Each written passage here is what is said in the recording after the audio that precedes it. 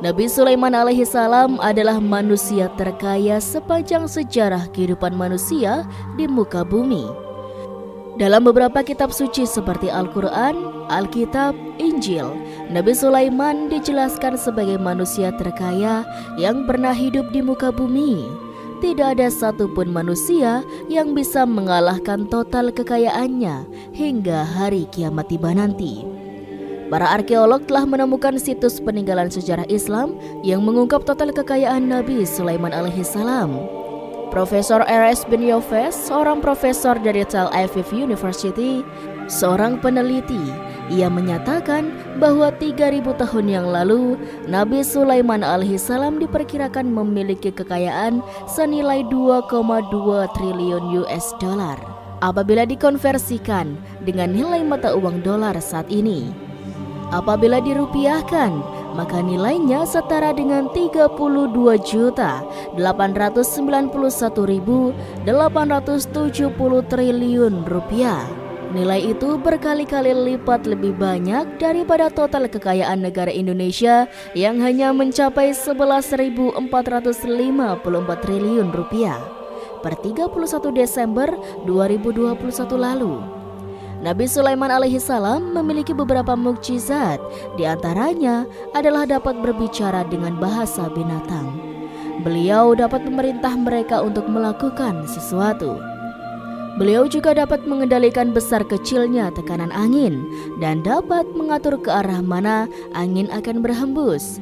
Sehingga dengan itu, Nabi Sulaiman dapat memanfaatkan angin sebagai kendaraannya dan juga kendaraan tentaranya. Nabi Sulaiman juga bisa melunakkan besi dan membentuknya menjadi pakaian perang yang anti tusukan senjata tajam. Nabi Sulaiman memimpin para jin. Mereka tunduk dan patuh pada perintah Nabi Sulaiman. Tidak hanya itu, sobat, setan dan iblis laknatullah yang merupakan makhluk pembangkang dapat dibuat tunduk, bertekuk lutut pada perintah-perintah Sulaiman. Nabi Sulaiman bisa melakukan teleportasi, yaitu berpindah dari suatu tempat ke tempat yang lain dalam waktu singkat. Peristiwa tersebut dibuktikan dengan pemindahan singgasana Ratu Balqis atas perintah Nabi Sulaiman. Nabi Sulaiman dikenal sebagai raja yang adil dan bijaksana. Nabi Sulaiman diberkahi kecerdasan yang luar biasa untuk menyatupadukan segenap kekuatan yang Allah berikan kepadanya. Ia mengelola dan membawa kerajaannya menjadi kekuatan raksasa yang tak terkalahkan di masanya. Dengan segenap kemampuan yang dimiliki tentara, Nabi Sulaiman adalah tentara terkuat di bumi tanpa ada yang menandinginya. Pertanyaan mendasar yang muncul kali ini adalah, dari mana sumber kekayaan dan kekuatan Nabi Sulaiman alaihi salam? Untuk mendapatkan jawaban dari pertanyaan ini, simak video ini sampai akhir ya sobat.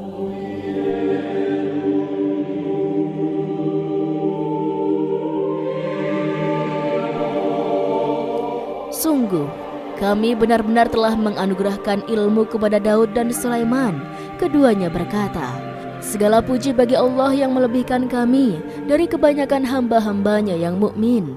Sulaiman telah mewarisi Daud dan dia berkata, wahai manusia, kami telah diajari untuk memahami bahasa burung dan kami dianugerahi segala sesuatu. Sesungguhnya, semua ini benar-benar karunia yang nyata. Quran Surat An-Naml ayat 15-16. Pada ayat tersebut disebutkan bahwa Sulaiman telah mewarisi Daud. Nabi Sulaiman mewarisi Nabi Daud dalam sisi kenabian dan kekuasaan, bukan mewarisi harta. Karena para nabi tidak mewariskan harta, sebab peninggalan mereka, harta para nabi menjadi sedekah bagi orang-orang yang ada di sekitar mereka, yaitu orang-orang fakir dan orang-orang yang membutuhkan, dan harta para nabi tidak dikhususkan bagi kalangan keluarganya.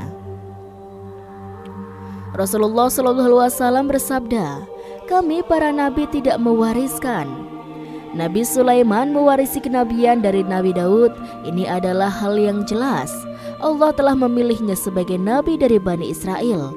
Begitu juga Allah telah memberinya kekuasaan, kerajaan, sehingga ia menjadi pemimpin Bani Israel. Barangkali sesuatu yang paling penting yang diwarisi oleh Nabi Sulaiman dari Nabi Daud adalah tradisi militer. Kemajuan militer yang dahsyat telah berpindah kepada Nabi Sulaiman. Nabi Daud sebenarnya adalah seorang pengembala kambing yang sangat miskin. Tapi seiring dengan perjalanannya waktu, ia menjadi komandan pasukan yang tiada tanding. Nabi Daud alaihissalam mengetahui bahwa kekuatan hakiki yang mengatur alam semesta adalah kekuatan Allah Subhanahu wa Ta'ala. Ketika Nabi Daud mengulurkan tangannya dan memegang potongan batu, lalu beliau melemparkannya dengan ketapelnya ke arah Jalut. Kepala Jalut retak dan ambruk menghantam tanah. Ini sebagai bentuk demonstrasi kekuatan darinya. Kehadiran Nabi Daud mengubah pasukan Bani Israel, di mana mereka sebelumnya lari jika berhadapan dengan musuh, maka kini keberadaan mereka mulai diperhitungkan. Di masa hidupnya, Nabi Daud alaihissalam mengalami peperangan yang sangat banyak, tapi Al-Quran tidak menceritakan secara terperinci tentang hal itu. Al-Quran adalah kitab dakwah di jalan Allah, bukan kitab sejarah. Al-Quran hanya menceritakan di dalam Al-Quran surat ayat 20. Dan kami kuatkan kerajaan Daud. Ayat tersebut berarti bahwa Nabi Daud belum pernah terkalahkan dalam peperangan yang diikutinya. Di samping dukungannya yang Allah berikan kepadanya, juga pasukan dan rakyatnya, di mana mereka adalah orang-orang yang bertauhid, menyerahkan diri kepada Allah Subhanahu wa Ta'ala. Allah Subhanahu wa Ta'ala mengajarkan kepada Nabi Daud hal-hal yang menjadikan pasukannya memiliki keistimewaan, yang dengannya mereka dapat mengalahkan pasukan-pasukan lain, pasukan-pasukan besar yang ada di bumi pada saat itu. Allah Subhanahu wa Ta'ala berfirman dalam Quran surat Saba ayat 10, dan kami telah melunakkan besi untuknya. Baju besi mungkin akan menjadi masalah dalam benak kita. Ketika orang-orang akan berperang, baju besi cukup mengganggu gerakan mereka. Kita bisa membayangkan ketika ada dua orang berperang, salah satunya dapat bergerak bebas, sementara yang lain tidak leluasa bergerak karena tertahan dengan pakaiannya. Namun dengan kekuasaan Allah, Nabi Daud dapat melunakkan besi dan membuat baju besi yang ringan, yang mudah untuk digunakan. Ini adalah kemajuan penting yang Allah Subhanahu wa Ta'ala berikan kepada Nabi Daud dan tentaranya. Kemajuan itu kemudian diajarkan, diwariskan, dan dimiliki oleh Nabi Sulaiman alaihissalam. Nabi Sulaiman memiliki pasukan yang dahsyat yang melebihi pasukan manapun di bumi saat itu, atau bahkan mungkin saat ini. Bahkan Allah Subhanahu wa Ta'ala menambahkan karunia-Nya kepada Nabi Sulaiman yang disebutkan dalam Quran surat An-Naml ayat 16. Dan Sulaiman telah mewarisi Daud, dan dia berkata, "Wahai manusia, kami telah diberi pengertian tentang suara burung, dan kami diberi segala sesuatu. Sesungguhnya ini benar-benar suatu karunia yang nyata."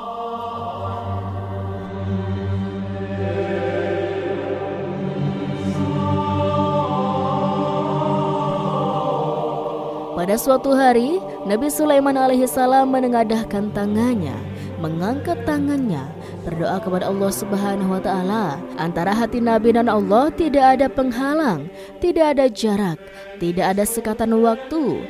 Tak ada satupun dari para nabi yang berdoa kepada Allah Subhanahu wa Ta'ala, wali doanya pasti dikabulkan. Doa Nabi Sulaiman alaihissalam direkam di dalam Quran surat Sad ayat 35. Nabi Sulaiman berkata, "Ya Tuhanku, ampunilah aku, anugerahkanlah kepadaku kerajaan yang tidak dimiliki oleh seorang pun sesudahku." Nabi Sulaiman menginginkan dari Allah suatu kerajaan yang belum pernah diperoleh oleh siapapun setelahnya. Allah Subhanahu wa Ta'ala mengabulkan doa Nabi Sulaiman dan memberinya kerajaan tersebut. Nabi Sulaiman mewarisi kekuasaan, kenabian, hikmah, ilmu dari Nabi Daud alaihissalam. Orang-orang menyebutnya Sulaiman al-Hakim, Sulaiman yang bijaksana. Kebijaksanaan Nabi Sulaiman tidak terbatas pada keadilannya di tengah-tengah manusia dan juga kasih sayangnya kepada mereka. Namun kebijaksanaan Nabi Sulaiman juga berlaku di kalangan burung dan binatang lainnya. Nabi Daud juga mengenal bahasa burung. Tetapi Nabi Sulaiman dapat berbicara dengan bahasa burung. Bahkan ia dapat menggantinya sebagai pembantunya. Ketika Nabi Daud bertasbih, gunung-gunung dan burung-burung beserta binatang-binatang buas ikut bertasbih bersamanya. Bahkan angin pun berhenti untuk mendengarkan tasbih itu. Sedangkan Nabi Sulaiman alaihissalam, Allah subhanahu wa ta'ala memberinya karunia lebih dari itu, di mana binatang-binatang buas tunduk kepadanya. Begitu juga angin dan burung. Nabi Sulaiman alaihissalam mampu mendengarkan bisikan semut yang berbicara kepada sesama mereka. Bahkan ia mampu memerintahkan semut tersebut sehingga semut itu menjadi taat pada perintahnya. Pasukan Nabi Sulaiman memiliki kekuatan yang sangat dahsyat di dunia. Belum pernah ada di dunia ini satu pasukan pun yang memiliki kekuatan seperti itu. Kekuatan Nabi Sulaiman berasal dari beberapa kombinasi yang sangat mengagumkan, sehingga karenanya ia tidak dapat tertandingi. Kekuatan itu terdiri dari manusia, binatang-binatang, jin, dan lain-lain sebagainya. Kita mengetahui sobat, bahwa jin adalah makhluk Allah dan manusia tidak mampu melihatnya atau menghadirkannya atau meminta pertolongan kepadanya. Sedangkan Nabi Sulaiman telah diberi Allah suatu kemampuan untuk menundukkan jin, mempekerjakan mereka sebagai tentara di tengah-tengah peperangan. Bahkan ia mampu menjadikan mereka sebagai pekerja-pekerja kasar di kerajaannya saat tidak ada peperangan. Maka karena itu, ketika ada pasukan lain yang mencoba melawan pasukan Nabi Sulaiman, mustahil mereka akan mendapatkan kemenangan. Bahkan pasukan Nabi Sulaiman diperkuat oleh pasukan burung. Burung di pasukan Nabi Sulaiman memerankan tugas penting, yaitu menjadi agen intelijen. Kita mengetahui bahwa peranan informasi saat peperangan adalah hal yang penting. Dari informasi tersebut, pasukan dapat mengetahui keadaan lawannya. Demikianlah peranan burung pada pasukan Sulaiman. Ia terbang di tengah-tengah musuh. Kemudian ia kembali kepada Nabi Sulaiman untuk menyampaikan berita tentang keadaan lawannya. Di samping jin dan burung, Allah subhanahu wa ta'ala juga menundukkan angin untuk Nabi Sulaiman. Nabi Sulaiman dapat memerintahkan angin, dan ia mampu untuk menaiki angin tersebut bersama tentaranya. Dalam Al-Quran surat Sad ayat 36-40, Allah subhanahu wa ta'ala berfirman, "Kami tundukkan kepada angin yang berhembus dengan baik menurut kemana saja yang dikehendakinya Sulaiman. Dan kami tundukkan pula kepadanya setan-setan, semuanya ahli bangunan dan penyelam, dan setan yang lain yang terikat dalam belenggu. Inilah anugerah kami. Maka berikanlah kepada orang lain atau tahanlah untuk dirimu sendiri dengan tiada pertanggungjawaban, dan sesungguhnya dia mempunyai kedudukan yang dekat pada sisi kami dan tempat kembali yang baik."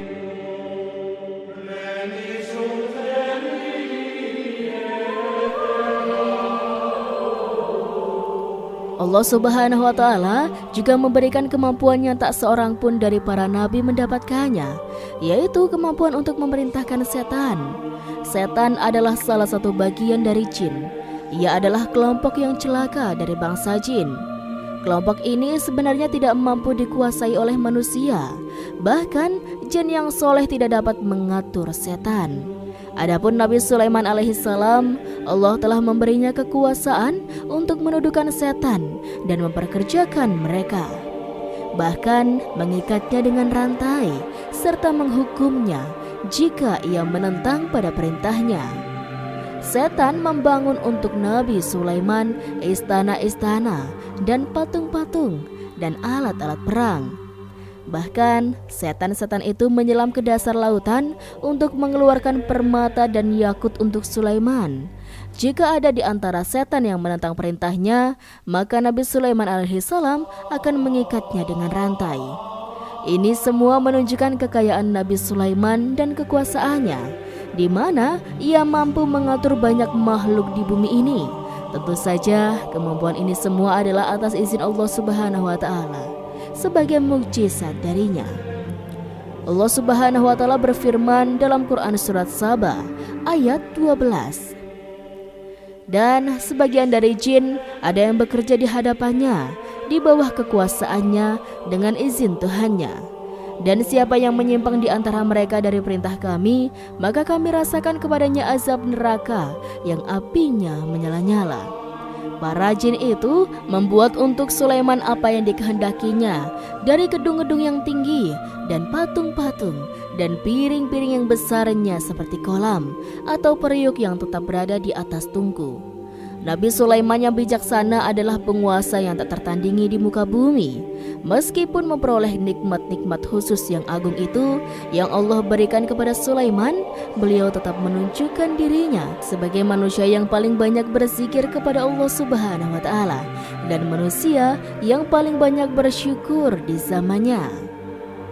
Sebagaimana Allah Subhanahu wa Ta'ala telah memberikan nikmat kepada ayahnya Nabi Daud alaihissalam, di mana ia mampu melunakkan besi dan Allah mengajarinya bagaimana cara mencairkan besi. Maka Nabi Sulaiman alaihissalam dapat memanfaatkan tembaga yang cair untuk peperangan dan juga di saat perdamaian. Pada saat peperangan, beliau mencampur tembaga dengan besi dan membuat darinya perunggu. Mereka menggunakan senjata-senjata perunggu dalam peperangan seperti pedang, baju besi, dan juga pisau. Senjata-senjata ini adalah senjata yang paling kuat di saat itu. Sedangkan di saat damai, tembaga digunakan untuk membuat bangunan, perhiasan, dan sebagainya. Meskipun Nabi Sulaiman mendapatkan nikmat yang besar ini dan karunia yang khusus, Allah Subhanahu wa Ta'ala mengujinya dengan suatu ujian yang dahsyat. Ujian yang akan selalu datang kepada seorang hamba yang soleh. Ketika hamba itu mendapatkan kedudukan besar, maka ujiannya pun menjadi besar. Allah Subhanahu wa Ta'ala menguji Nabi Sulaiman dengan penyakit. Ujian yang dialami Nabi Sulaiman diceritakan oleh Fahru Razi. Sulaiman diuji dengan suatu penyakit yang keras, di mana bahkan saat itu tidak mampu mengatasinya. Sakitnya Nabi Sulaiman sangat keras sehingga para dokter dari kalangan manusia dan jin tidak mampu menghilangkan penyakit itu. Lalu burung-burung menghadirkan rumput-rumput yang dianggap sebagai obat, tetapi Nabi Sulaiman tak kunjung sembuh. Semakin hari, penyakit Nabi Sulaiman semakin menjadi-jadi, sehingga ketika Nabi Sulaiman duduk di atas kursi, ia duduk bagaikan tubuh tanpa roh. Seakan-akan ia mati karena saking kerasnya penyakit yang dideritanya. Sakit yang diderita oleh Nabi Sulaiman alaihissalam berlangsung sangat lama. Namun Nabi Sulaiman tidak henti-hentinya berzikir kepada Allah dan meminta kesembuhan kepada Allah Subhanahu wa Ta'ala, serta peristiwa pada Allah dan mengungkapkan rasa cinta kepadanya. Selesailah ujian Allah terhadap hambanya, Nabi Sulaiman alaihissalam, beliau pun sembuh. Kini Nabi Sulaiman merasakan kembali kesehatannya setelah ia mengetahui segala kejayaan dan segala kekuasaan serta segala kebesarannya. Tidak lagi mampu menghilangkan penyakit yang dideritanya kecuali jika Allah Subhanahu wa Ta'ala menghendakinya.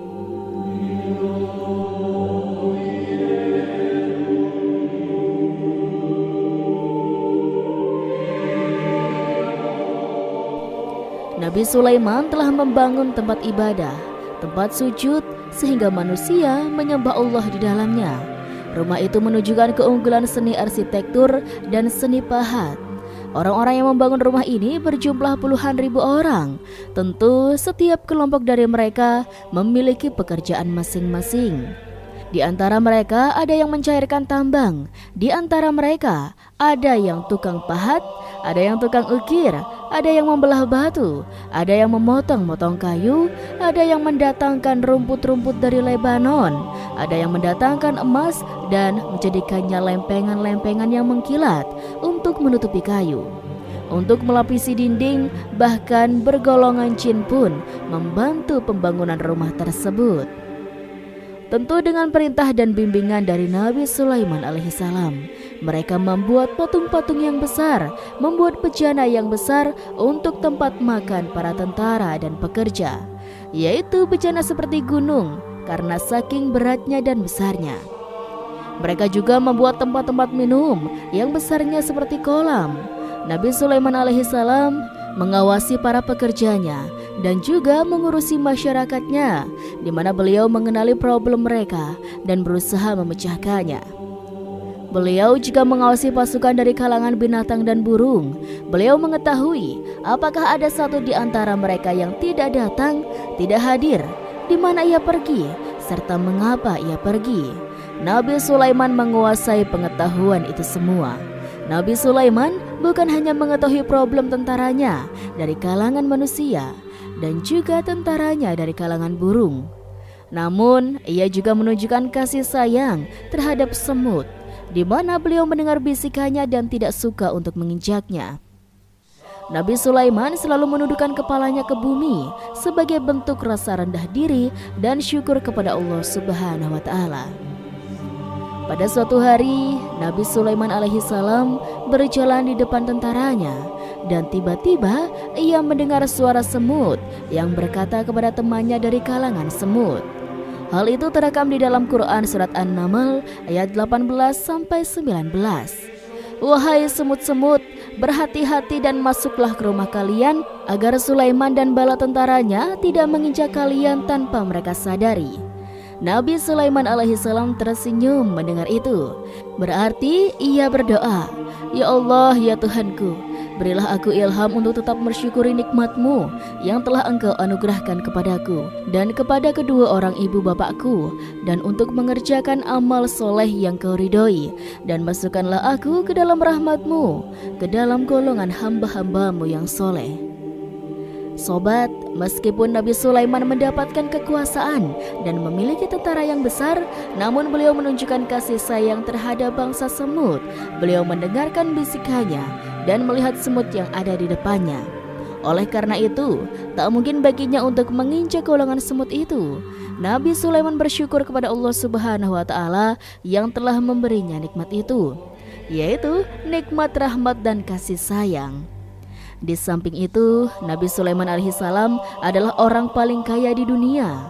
Istananya terbuat dari kayu gaharu yang memiliki bau harum. Istananya terbuat dari emas dan terkadang dari kristal. Beliau juga memiliki kursi besar yang terbuat dari emas dan permata. Istana Nabi Sulaiman merupakan istana yang paling besar di dunia. Nabi Sulaiman menggunakan pakaian dari emas dan permata. Meskipun demikian, Nabi Sulaiman tetap menunjukkan sebagai hamba yang berserah diri dan rendah hati di hadapan Allah Subhanahu wa Ta'ala dan sederhana di depan manusia. Nabi Sulaiman yang merendahkan dirinya di hadapan Allah, ia selalu sujud kepada Allah sebagaimana ayahnya yang selalu bertasbih pada Allah Subhanahu wa Ta'ala. Nabi Sulaiman selalu melantunkan lagu-lagu cinta ilahi dan hanya memuji Allah Subhanahu wa Ta'ala.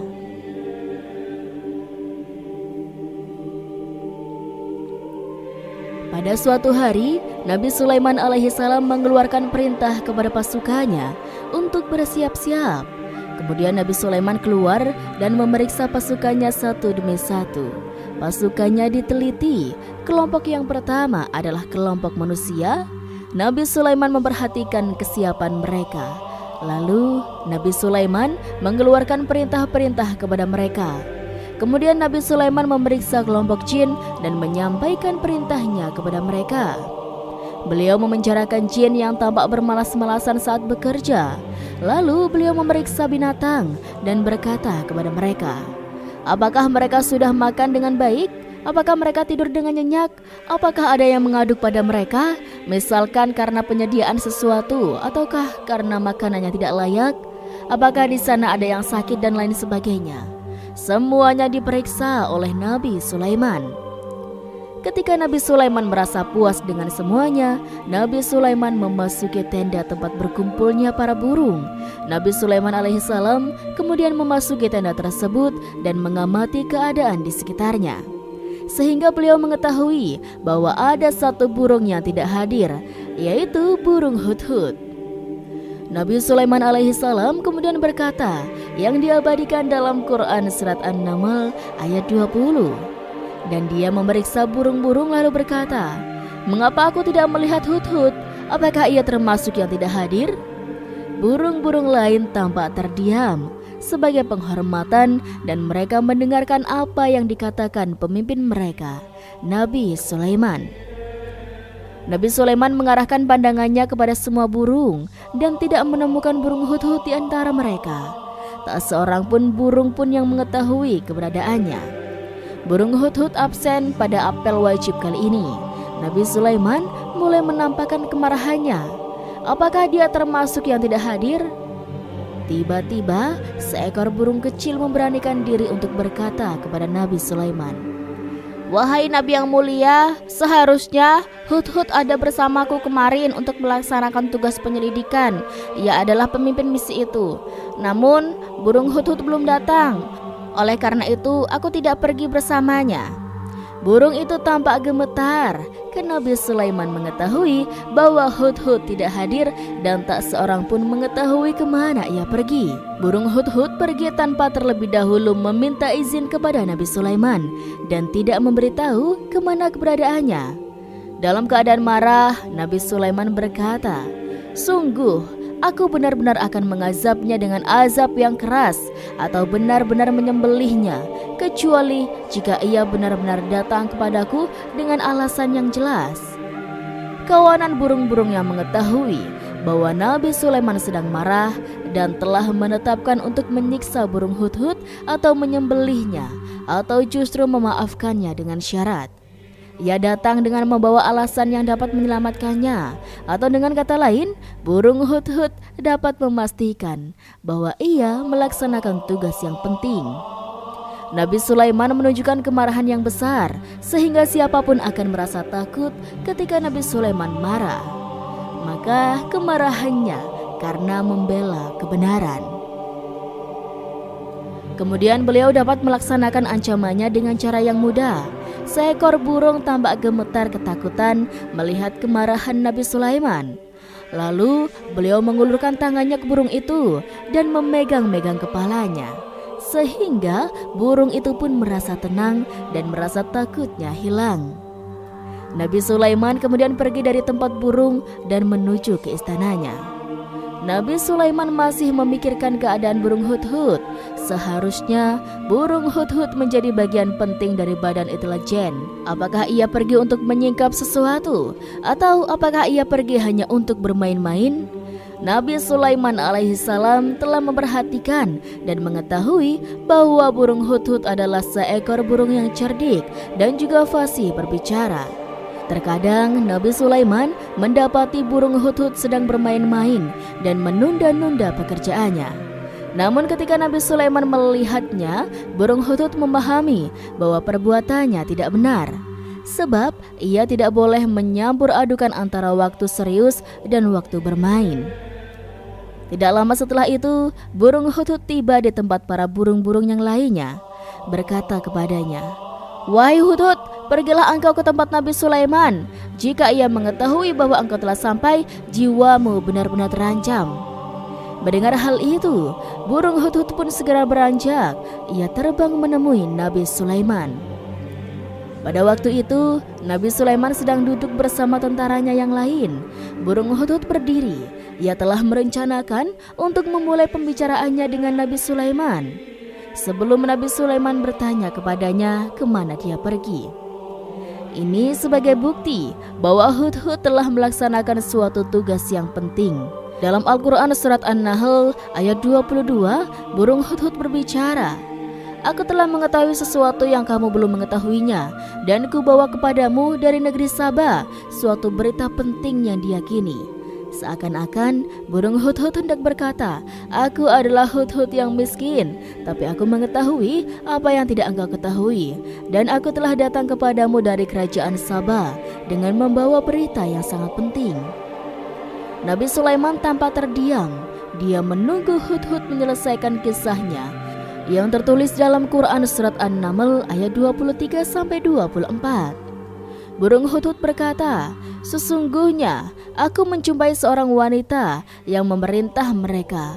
Dia dianugerahi segala sesuatu serta mempunyai singgasana yang besar. Aku mendapati dia dan kaumnya menyembah matahari selain Allah, dan setan telah menjadikan mereka memandang indah perbuatan-perbuatan mereka, lalu menghalangi mereka dari jalan Allah Subhanahu wa Ta'ala, sehingga mereka tidak mendapatkan petunjuk.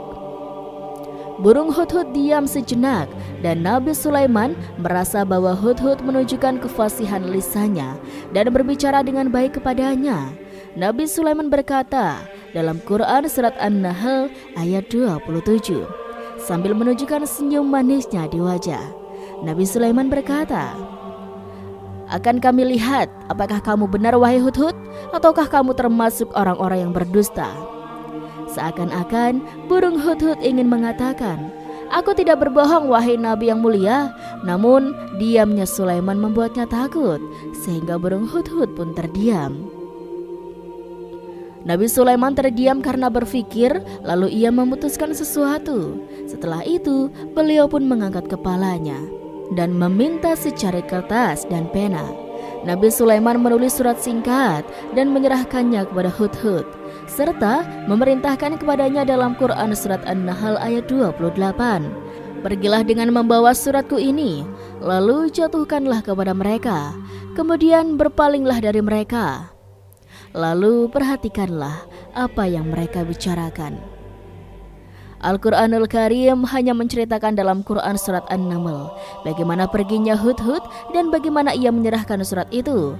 Lalu Al-Quran langsung menyebutkan keadaan kerajaan Balqis yang saat itu sedang membaca surat tersebut di depan para pembesar kerajaannya dan para menterinya. Dalam Quran surat An-Naml 29:31 berkatalah Balqis, "Wahai pembesar-pembesar, sesungguhnya telah dijatuhkan kepadaku sebuah surat yang mulia. Sesungguhnya surat ini dari Sulaiman, dan sesungguhnya isinya dengan menyebut nama Allah yang Maha Pengasih lagi Maha Penyayang, bahwa janganlah kalian berlaku sombong terhadapku, dan datanglah kepadaku sebagai orang-orang yang berserah diri." Dalam surat itu, Nabi Sulaiman disebutkan hendaklah mereka menyerahkan diri dan tunduk kepada perintah Sulaiman. Nabi Sulaiman memerintahkan agar mereka meninggalkan penyembahan terhadap matahari. Nabi Sulaiman tidak mempersoalkan akidah mereka dan tidak memuaskan mereka dengan apapun. Nabi Sulaiman hanya memerintahkan bahwa ia berada di atas kebenaran. Bukankah ia didukung kekuatan yang berlandaskan keyakinan yang dimilikinya? Nabi Sulaiman hanya memerintahkan mereka agar tunduk dan patuh kepadanya. Ratu Saba menyampaikan surat tersebut di tengah-tengah kaumnya. Dalam Quran surat An-Naml ayat 32 dijelaskan, Balqis berkata, "Wahai para pembesar, berilah aku pertimbangan dalam urusanku ini. Aku tidak pernah memutuskan sesuatu persoalan sebelum kamu berada dalam majelisku." Para pembesar istana Balqis menentang surat tersebut. Isi surat itu membangkitkan kesombongan kaum Saba, di mana mereka merasa lebih kuat. Mereka mengetahui bahwa di sana ada seorang yang mencoba menentang mereka dan mengisyaratkan peperangan kepada mereka. Lalu ia meminta kepada mereka untuk memenuhi syarat-syaratnya sebelum terjadinya peperangan dan kekalahan. Dalam Quran surat An-Nahl ayat 33, mereka menjawab, "Kita adalah orang-orang yang memiliki kekuatan dan juga memiliki keberanian yang sangat dalam peperangan, dan keputusan berada di tanganmu wahai ratuku, maka pertimbangkanlah apa yang akan kamu perintahkan." Para pembesar kaum Saba seakan-akan ingin berkata, "Kita siap melaksanakan untuk berperang." Tampaknya ratu itu memiliki kebijakan yang lebih baik dari pembesar kaumnya. Surat Sulaiman itu membuatnya berpikir lebih jernih dan lebih berhati-hati. Ia berusaha sebisa mungkin menghindari peperangan. Ratu itu berpikir dalam tempo yang lama. Nama Sulaiman tidak diketahuinya dan ia pun belum pernah mendengarnya. Oleh karena itu, Ratu kaum Saba tidak mampu mengetahui dan mendeteksi seberapa besar kekuatan Nabi Sulaiman. Boleh jadi Nabi Sulaiman memiliki kekuatan yang dahsyat sehingga ia mampu memerangi kekuasaannya dan mengalahkannya. Kemudian Ratu memperhatikan apa yang ada di sekelilingnya. Ia melihat kemajuan masyarakat dan juga kejayaannya. Barangkali ia mengira bahwa Nabi Sulaiman iri terhadap kemajuan dan kekayaan itu, sehingga Nabi Sulaiman ingin menyerangnya. Setelah mempertimbangkan isi surat Nabi Sulaiman dengan cermat, Ratu Saba memilih untuk tidak ceroboh dan bodoh. Ratu lebih suka menggunakan bahasa kelembutan. Ia mengirim kepada Nabi Sulaiman suatu hadiah yang besar. Ratu mengira bahwa Nabi Sulaiman adalah seorang yang ambisius, yang boleh jadi ia telah mendengar tentang kekayaan kerajaan Saba. Para utusan pergi dengan membawa hadiah dari Ratu Saba. Ratu berharap agar mereka dapat memasuki kerajaan Nabi Sulaiman dan akan mengetahui kondisi kerajaannya. Saat mereka pulang, Ratu ingin mendengar secara langsung dari mereka tentang bagaimana keadaan kaum Nabi Sulaiman dan pasukannya. Setelah mendapatkan informasi yang cukup, maka Ratu Balkis dapat membuat sesuatu keputusan yang tepat. Ratu menyembunyikan apa yang terlintas dalam pikirannya. Lalu ia berbicara kepada pembesar istananya bahwa ia dapat menyingkap niat jahat Raja Sulaiman melalui cara mengirimkan hadiah kepadanya. Ratu lebih memilih cara tersebut dan menunggu reaksi dari Nabi Sulaiman. Ratu berhasil memuaskan para pembesar istana, dan untuk sementara ia menghilangkan ide untuk berperang. Karena para raja, jika menyerang suatu desa, maka pemimpin desa tersebut adalah orang yang paling banyak mendapatkan kehinaan dan cercaan. Akhirnya, para pembesar kaumnya merasa puas dengan pikiran Ratu Balkis. Dalam Quran Surat An-Naml ayat 34-35 dijelaskan, Balkis berkata, sesungguhnya raja-raja apabila memasuki suatu negeri, niscaya mereka akan membinasakannya dan menjadikannya penduduknya yang mulia menjadi hina, dan demikian pula lah yang akan mereka perbuat. Dan sesungguhnya aku akan mengirim utusan kepada mereka dengan membawa hadiah, dan aku akan menunggu apa yang akan dibawa kembali oleh utusan itu. Kemudian sampailah hadiah dari Ratu Balkis kepada Nabi Sulaiman. Para intelijen Nabi memberitahunya bahwa utusan Balkis datang dengan membawa hadiah. Nabi Sulaiman langsung mengetahui bahwa Ratu Balkis itu sengaja mengirim orang-orangnya untuk mengetahui atau mendapatkan informasi tentang kekuatannya. Lalu setelah itu, ia akan mengambil keputusan atau mengambil sikapnya kepada kerajaan Sulaiman. Nabi Sulaiman segera memanggil semua pasukannya untuk berkumpul. Utusan Balkis segera memasuki istana Nabi Sulaiman yang dipenuhi dengan pasukan besar yang bersenjata. Melihat itu, utusan Ratu Balkis tercengang dan terkejut. Ketika mereka melihat kekayaan yang mereka bawa, tidak ada apa-apanya dibandingkan dengan kerajaan Nabi Sulaiman. Hadiah mereka tampak tidak berarti. Emas yang mereka bawa tampak tidak memiliki makna saat mereka memasuki istana Nabi Sulaiman, yang terbuat dari kayu-kayu pohon gaharu yang mengeluarkan bau harum serta dihiasi dengan emas permata. Para utusan Ratu Balkis berdiri bersama Nabi Sulaiman dan menyaksikan bagaimana Nabi Sulaiman mengendalikan pasukannya. Kemudian mereka pun berpikir tentang kekuatan dan kualitas pasukan Nabi Sulaiman. Betapa kagetnya mereka ketika melihat di tengah-tengah pasukan itu terdapat singa, burung, dan tentara dari kalangan manusia yang mampu terbang. Mereka pun sadar bahwa mereka dihadapkan dengan pasukan yang tidak tandingnya. Selesailah demonstrasi pasukan Nabi Sulaiman. Kemudian para utusan Ratu Balkis dipersilahkan maju ke tempat hidangan makanan. Para utusan itu sangat terkejut ketika melihat berbagai macam makanan dari penjuru dunia ada di depannya. Dan di antara makanan itu terdapat pula makanan yang biasa ditemukan di negeri mereka. Tetapi mereka melihat bahwa makanan itu memiliki rasa yang lebih istimewa. Setelah itu, piring-piring yang ada di depan mereka dan dijadikan tempat makanannya terbuat dari emas, dan mereka dilayani oleh laki-laki yang berhias dengan emas. Ratu mereka pun tidak mengenakan hiasan itu. Di meja makan terdapat burung, ikan laut, dan berbagai macam daging yang mereka tidak mampu lagi membedakan daging apa itu. Nabi Sulaiman tidak makan bersama mereka, tapi beliau makan dengan menggunakan piring yang terbuat dari kayu. Beliau memakan roti yang kering yang dicampur dengan minyak. Inilah makanan yang dipilihnya. Nabi Sulaiman makan bersama mereka dalam keadaan diam. Mereka merasa kehadiran Nabi Sulaiman menciptakan suasana wibawa yang luar biasa. Selesai perjamuan itu, makanan itu sudah selesai. Lalu dengan sangat malu, mereka menyerahkan hadiah dari Ratu Balqis kepada Nabi Sulaiman. Hadiah itu berupa emas. Bagi mereka, hadiah itu sangat bernilai tinggi. Tapi di sini, hadiah itu tampak kecil di hadapan kekayaan-kekayaan Nabi Sulaiman yang sangat mengagumkan. Nabi Sulaiman memperhatikan hadiah ratu itu dan berkata dalam Quran surat An-Nahl ayat 36. Maka tatkala utusan itu sampai pada Sulaiman, Sulaiman berkata, "Apakah patut kamu menolong aku dengan harta? Maka apa yang diberikan Allah kepadaku lebih baik daripada apa yang diberikannya kepadamu. Tetapi kamu merasa bangga dengan hadiahmu?" Raja Sulaiman menyingkap dengan kata-katanya yang singkat itu. Penolakannya terhadap hadiah mereka, ia memberitahu utusan itu bahwa ia tidak menerima hadiah tersebut. Ia tidak merasa puas dengan hadiah itu. Yang membuatnya puas hanyalah janganlah kalian berlaku sombong terhadapku dan datanglah kepadaku sebagai seorang yang berserah diri. Lalu Nabi Sulaiman berkata kepada mereka dengan pelan. Hal itu diabadikan dalam Quran surat An-Naml ayat 37. Kembalilah kepada mereka, sungguh kami akan mendatangi mereka dengan bala tentara yang mereka tidak kuasa melawannya.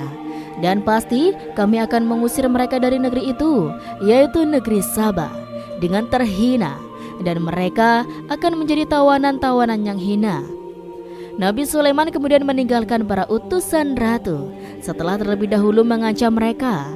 Para utusan itu berharap agar Nabi Sulaiman mau menunggu kunjungan Ratu Balqis sendiri yang akan membawa misi perdamaian. Akhirnya sampailah para utusan Ratu Balqis ke negeri Saba. Mereka segera menuju istana sang ratu. Mereka memberitahu bahwa negeri mereka ada di ujung tanduk. Mereka menceritakan kepada ratu tentang kekuatan Nabi Sulaiman dan tidak mungkin bagi mereka mampu melawannya. Mereka meyakinkan Ratu Balqis bahwa ia harus mengunjunginya dan melihat sendiri bagaimana kebesaran kerajaan Nabi Sulaiman. Kemudian Ratu Balqis menyiapkan dirinya untuk pergi menuju kerajaan Nabi Sulaiman.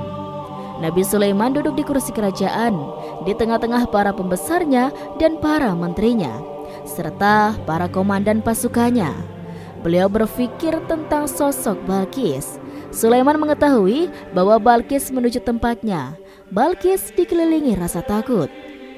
Nabi Sulaiman berpikir sejenak tentang bagaimana matahari disembah. Ia memikirkan bagaimana informasi yang diterima oleh intelijennya tentang kemajuan kerajaan Balqis dalam bidang kesenian dan ilmu pengetahuan. Nabi Sulaiman bertanya kepada dirinya sendiri, apakah kemajuan menjadi penghalang untuk mengetahui kebenaran? Apakah ratu itu gembira dengan kekuatan yang dicapainya? Dan ia membayangkan bahwa kekuatannya adalah segalanya. Dengan kemajuan yang dimilikinya, Nabi Sulaiman ingin membuat kejutan agar Ratu Balqis mengetahui bahwa Islam yang diyakini oleh Nabi Sulaiman adalah satu-satunya yang mampu mendatangkan kemajuan dan kekuatan yang hakiki. Sehingga ia dapat membandingkan antara keyakinannya dalam menyembah matahari beserta kemajuan yang dicapainya dengan keyakinan Nabi Sulaiman juga beserta kemajuan yang diraihnya. Para mata-mata Nabi Sulaiman telah memberitahunya bahwa hal yang sangat disegani dan dikagumi oleh kaum Ratu Balqis adalah kerajaan Saba, yaitu singgasana Raja Balqis. Singgasana itu terbuat dari emas dan batu mulia. Singgasana tersebut dijaga oleh penjaga yang sangat disiplin, di mana mereka tidak pernah lalai sedikit pun. Oleh karena itu, sangat tepat apabila Nabi Sulaiman menghadirkan singgasananya di sini, di kerajaannya, sehingga ketika Ratu Balqis tiba, maka ia dapat duduk di atasnya. Nabi Sulaiman ingin membuat kejutan kepadanya dan menunjukkan bahwa kemampuannya tersebut yang berlandaskan pada keislaman. Nabi Sulaiman melakukannya demikian itu dengan harapan agar si ratu tunduk kepadanya. Ide itu terlintas dalam diri Nabi Sulaiman. Lalu ia mengangkat kepalanya dan menoleh kepada anak buahnya. Hal itu diabadikan dalam Quran surat An-Naml ayat 38. Wahai para pembesar-pembesar, siapakah di antara kamu sekalian yang sanggup membawa singgasananya kepadaku, sebelum mereka datang kepadaku sebagai orang-orang yang berserah diri? Perhatikanlah ungkapan pikiran Nabi Sulaiman tersebut. Semua pemikirannya berkisar tentang keislaman, para penyembah matahari, tentang bagaimana beliau dapat memberikan petunjuk kepada mereka di jalan Allah. Yang pertama menjawab pertanyaan Nabi Sulaiman adalah jin Ifrit. Dari kalangan jin yang Allah telah menundukkan mereka kepada Nabi Sulaiman. Dalam Quran Surat An-Naml ayat 39. Berkata Ifrit yang cerdik dari golongan jin, "Aku akan datang kepadamu dengan membawa singgasana itu kepadamu sebelum kamu berdiri dari tempat dudukmu. Sesungguhnya aku benar-benar kuat untuk membawanya, lagi dapat dipercaya." Nabi Sulaiman berdiri dari tempat duduknya. Setelah itu 1 jam atau 2 jam, namun jin itu berjanji kepadanya untuk menghadirkan singgasana Balkis sebelum itu. Istana Nabi Sulaiman di Palestina, sedangkan istana Balkis terletak di Yaman. Antara singgasana tersebut dengan singgasana Nabi Sulaiman berjarak lebih dari ribuan mil.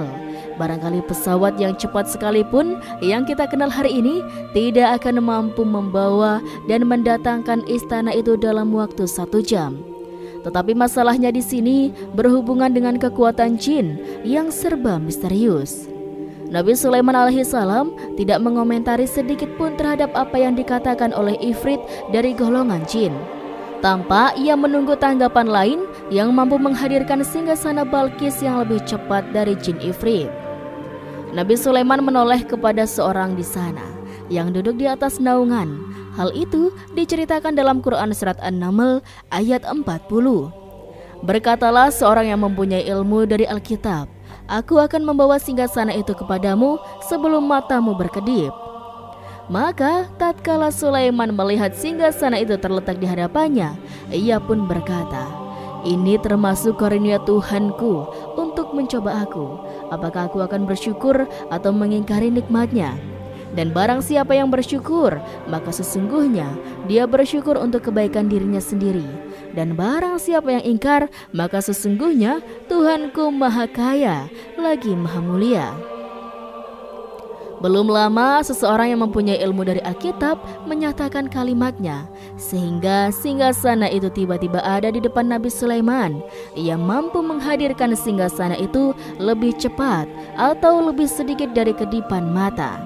Ketika mata itu tertutup dan terbuka, Al-Quranul Karim tidak menyingkap kepribadian seseorang yang menghadirkan singgasana itu.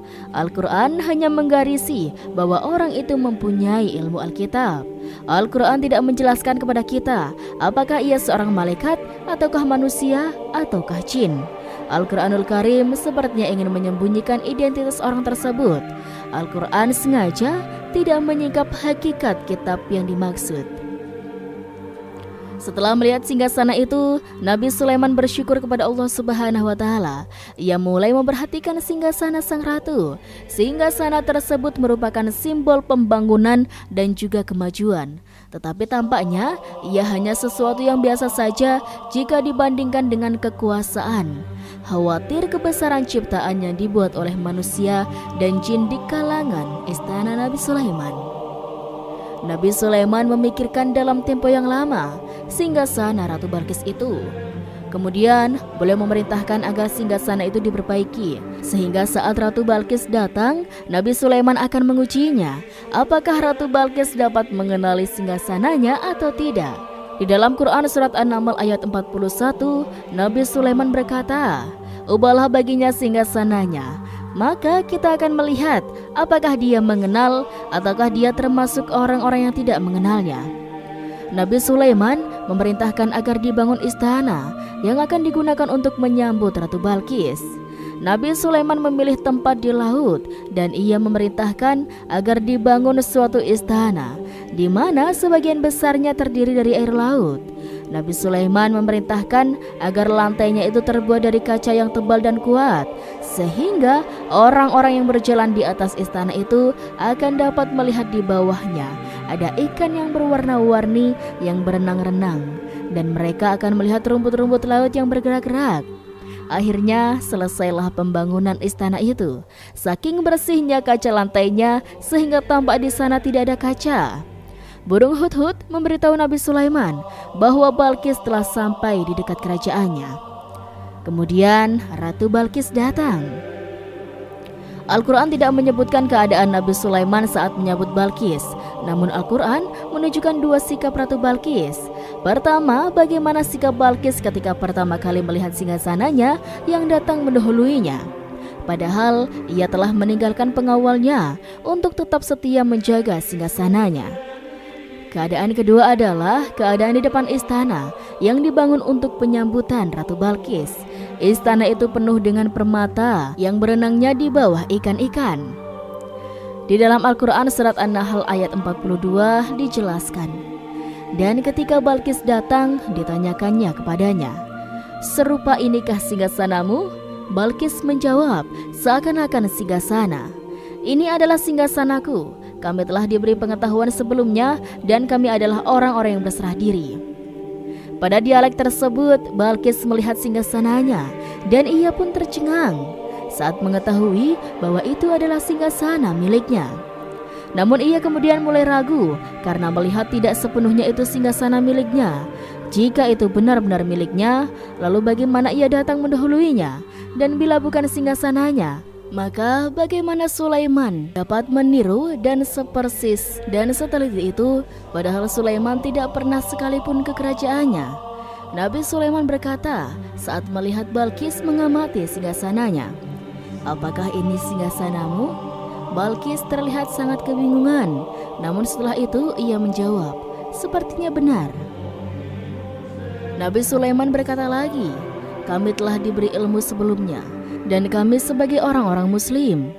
Melalui pernyataan itu, Nabi Sulaiman ingin mengisyaratkan kepada Balkis agar ia membandingkan antara keyakinannya beserta ilmu yang dicapainya dengan keyakinan Nabi Sulaiman yang muslim beserta pengetahuan yang telah diraihnya, penyembahan terhadap matahari dan pencapaian ilmu yang dicapai Balkis tampak tidak ada apa-apanya dibandingkan dengan ilmu Nabi Sulaiman dan keislamannya. Nabi Sulaiman telah mendahuluinya dalam bidang ilmu karena keislamannya, karena itu sangat mudah baginya untuk mengungguli Balkis dalam ilmu-ilmu yang lainnya.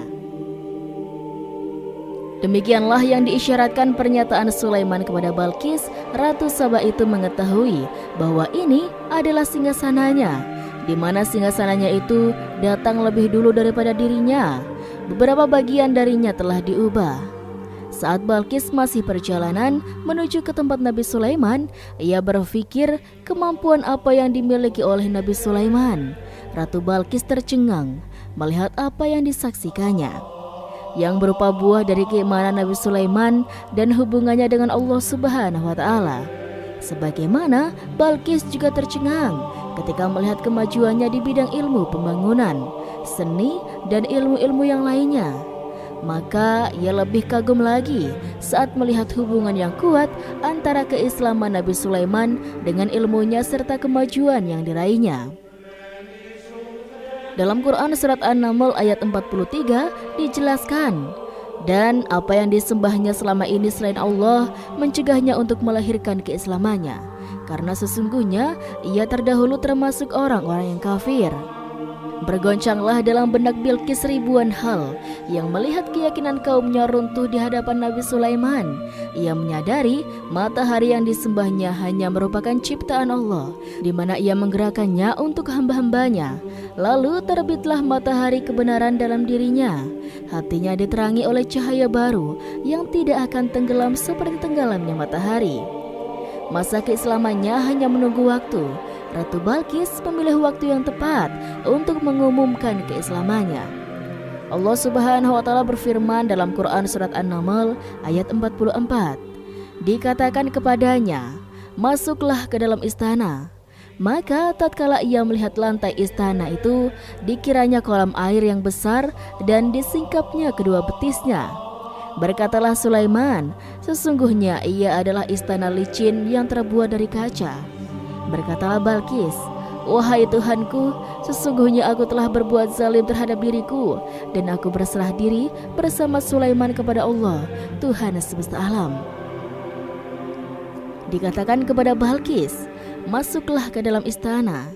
Ketika ia masuk, maka ia tidak menyaksikan adanya kaca, tetapi ia melihat air, sehingga ia mengira akan bersinggungan dengan air laut. Lalu ia menyingkapkan sedikit bajunya agar bajunya itu tidak basah. Nabi Sulaiman mengingatkannya tanpa melihatnya agar ia tidak khawatir terhadap pakaiannya, karena pakaiannya tidak akan basah, sebab di sana tidak ada air. Itu sekedar kaca yang halus, yang saking halusnya sehingga tidak tampak. Pada kesempatan itulah Balqis mengumumkan keislamannya. Ia mengakui kezaliman dirinya dan ia mengatakan menyerahkan diri kepada Nabi Sulaiman dan kepada Tuhan semesta alam. Lalu kaumnya pun mengikutinya, dan mereka tidak memeluk Islam. Balqis menyadari ia berhadapan dengan penguasa yang terbesar di bumi dan salah satu Nabi Allah yang mulia. Untuk pertama kalinya, wajah Sulaiman tampak dihiasi dengan senyuman yang menunjukkan kepuasannya sejak Balqis mengunjunginya. Demikianlah Sulaiman mewujudkan kejayaannya yang hakiki dan menyebarkan cahaya Islam di muka bumi. Al-Quran tidak menyebutkan kisah Balqis setelah keislamannya. Para ahli tafsir mengatakan bahwa ia menikah dengan Nabi Sulaiman. Selain itu, ada yang mengatakan bahwa ia menikah dengan salah satu orang dekat Nabi Sulaiman. Ada juga yang mengatakan bahwa sebagian Raja Habasyah adalah keturunan dari buah perkawinan ini. Wallahu a'lam bishawab. Nabi Sulaiman hidup di tengah-tengah kejayaan dan kemuliaan di bumi. Kemudian Allah menetapkan kematian untuknya, sebagaimana kehidupan Sulaiman berada di puncak kemuliaan dan kejayaan yang penuh dengan keajaiban yang luar biasa. Maka kematiannya pun merupakan tanda-tanda kebesaran Allah yang penuh dengan keajaiban. Demikianlah bahwa kematiannya sesuai dengan kehidupannya, sesuai dengan kejayaannya. Allah Subhanahu wa Ta'ala berfirman tentang kematian Sulaiman di dalam Quran surat Saba ayat 14. Maka tatkala kami telah menetapkan kematian Nabi Sulaiman, tidak ada yang menunjukkan kepada mereka kematiannya itu kecuali rayap yang memakan tongkatnya. Maka tatkala ia telah tersungkur, tahulah jin bahwa kalau sekiranya mereka mengetahui yang gaib, tentulah mereka tidak akan tetap dalam siksa yang menghinakannya. Kemampuan Nabi Sulaiman untuk menundukkan jin dan mempekerjakan mereka serta hubungan mereka dengannya, semua itu menimbulkan fitnah di tengah-tengah manusia dalam hal tertentu. Dan kematian Nabi Sulaiman merupakan batasan jawaban terhadap fitnah ini. Kami tidak mengetahui siapa yang mengklaim bahwa jin mengetahui hal yang gaib. Apakah itu setan yang terkutuk atau jin yang bodoh atau manusia yang tertipu? Kami hanya mengetahui siapa yang bertanggung jawab terhadap tersebarnya isu yang keliru ini. Yang kita ketahui adalah bahwa hal tersebut adalah mempengaruhi sebagian manusia dan jin. Barangkali manusia berkata kepada diri mereka, selama jin melakukan perbuatan yang luar biasa ini, maka apa gerangan yang menjadikan mereka tidak mengetahui hal yang gaib itu? Manusia itu lupa bahwa kunci kegaiban berada di tangan Allah Subhanahu wa Ta'ala. Masalah ilmu gaib tidak akan mampu dikuasai oleh jin, manusia, para nabi, dan semua makhluk. Hanya Allah Subhanahu wa Ta'ala yang mengetahuinya, dan manusia diberitahu hanya sedikit sekali. Seakan-akan Allah Subhanahu wa Ta'ala telah merencanakan bahwa kematian Sulaiman bertujuan untuk menghancurkan pemikiran itu, yaitu pemikiran jin mengetahui hal-hal yang gaib. Jin bekerja untuk Nabi Sulaiman selama beliau hidup, dan tatkala beliau meninggal, maka tugas mereka menjadi bebas. Nabi Sulaiman meninggal tanpa diketahui oleh jin, sehingga mereka tetap bekerja untuknya. Mereka tetap mengabdi kepada Sulaiman. Andainya mereka mengetahui hal yang gaib, niscaya mereka tidak meneruskan pekerjaan mereka. Pada suatu hari, Nabi Sulaiman memasuki mihrabnya untuk iktikaf ibadah dan beribadah kepada Allah Subhanahu wa Ta'ala. Tak seorang pun yang berani mengganggu halwatnya di mihrabnya itu. Mihrab Sulaiman terletak di puncak gunung dan dindingnya terbuat dari permata. Pada suatu hari, Nabi Sulaiman duduk bersandar pada tongkatnya dan ia tampak tenggelam dalam tafakur. Beliau berzikir pada Allah hingga rasa kantuk menguasainya. Lalu setelah itu, malaikat maut menemuinya di mihrabnya. Nabi Sulaiman pun meninggal. Beliau bersandar kepada tongkatnya. Jin melihatnya dan mengira bahwa beliau sedang sholat, sehingga mereka pun terus melanjutkan pekerjaannya. Berlalulah hari-hari yang panjang, kemudian datanglah rayap, yaitu semut kecil yang memakan kayu. Hewan itu mulai memakan tongkat Nabi Sulaiman. Rayap itu tampak lapar. Bagian dari tongkat Nabi Sulaiman dimakan beberapa hari oleh rayap itu. Ketika yang dimakannya semakin bertambah, maka tongkat itu pun menjadi rusak dan kemudian jatuh dari tangan Nabi Sulaiman alaihissalam. Tubuh mulia itu kehilangan keseimbangan dan kemudian jatuh terhempas di bumi. Tatkala tubuh suci itu tersungkur, maka manusia segera menuju ke arahnya. Mereka menyadari dan mengetahui bahwa Nabi Sulaiman telah meninggal dalam waktu yang lama. Jin menyadari bahwa mereka tidak mengetahui hal yang gaib dan manusia pun mengetahui hakikat ini. Seandainya jin mengetahui hal gaib, niscaya ia tidak akan meneruskan siksa yang hina. Mereka tidak akan bekerja kepada Sulaiman. Demikianlah Nabi Sulaiman alaihissalam yang meninggal dalam keadaan sholat di mihrabnya. Lalu berita itu tersebar bagaikan api di bumi. Manusia, burung, dan binatang buas mengantarkan jenazah Nabi Sulaiman. Sekawanan burung tampak sedih dan menangis. Semua makhluk bersedih. Akhirnya tak seorang pun mengetahui bahasa burung di bumi. Meninggallah seorang yang memahami pembicaraan burung, binatang-binatang, jin, dan lain sebagainya. Burung-burung itu berkata, betapa beratnya kehidupan di tengah orang-orang yang tidak mengetahui pembicaraan kita. Wallahu a'lam. Dan itulah sobat, sedikit kisah kali ini